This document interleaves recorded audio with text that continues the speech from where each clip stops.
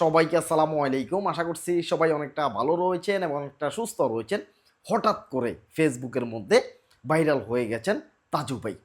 দেখেন ভাই, সোশ্যাল মিডিয়াতে এখন তাকে নিয়ে সবাই পোস্ট করতেছে ভাই। যেমনটা করছিল রিফন মিয়া ভিডিওকে নিয়ে।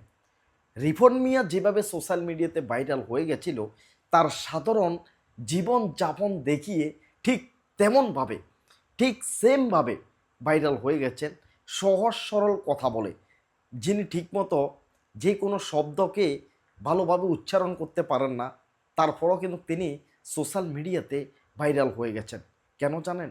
শুধুমাত্র নিজের এলাকার প্রতি তার একটা ভালোবাসা ছিল। এই কারণে তিনি কিন্তু ইচ্ছে করলে পারতেন কপি কন্টেন্ট নিয়ে কাজ করতে।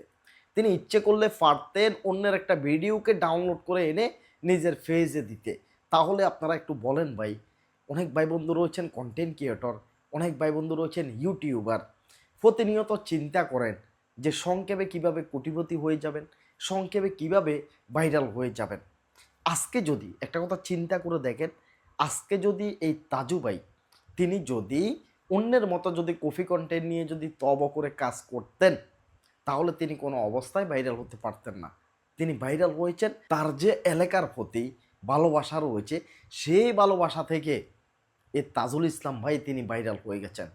তিনি তার কষ্টের কথাগুলো শেয়ার করছেন। আজকে দেখলাম যে তিনি লাইভেও আসছেন। গতকালকে দেখলাম তার ফেজের ভিতরে মাত্র 15,000 ফলোয়ার, আজকে দেখি প্রায় 1 লাখের উপরে। এখন এই ভিডিওটা দেখার পর যখন আপনি খোঁজ করবেন তার পেজটা, হয়তো 2 লাখও পার হয়ে যেতে পারে। রেকর্ড করতেছেন, এত পরিমাণ মানুষে তাকে ভালোবাসা দিচ্ছে, তাকে ফলো করতেছে।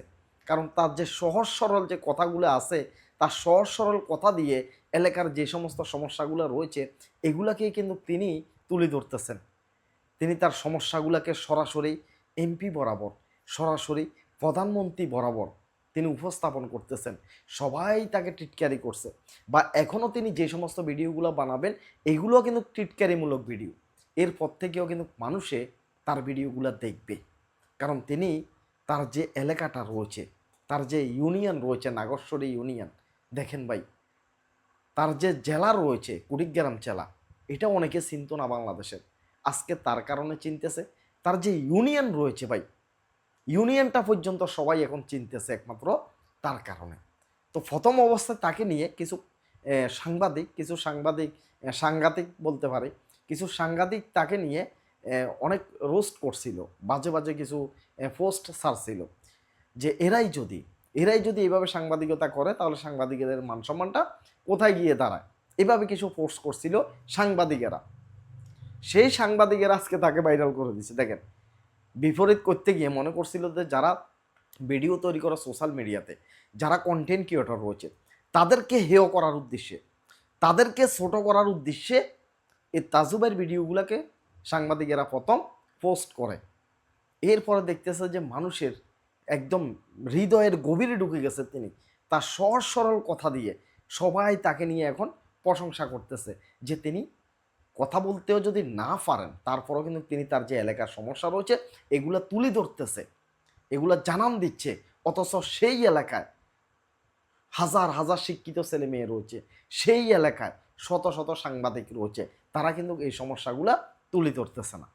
মানুষের বিবেক আজকে জাগ্রত হয়ে গেছে, মানুষের বিবেকের দরজা খুলে গেছে, মানুষ ভালোটাই চিন্তা করতেছে এখন।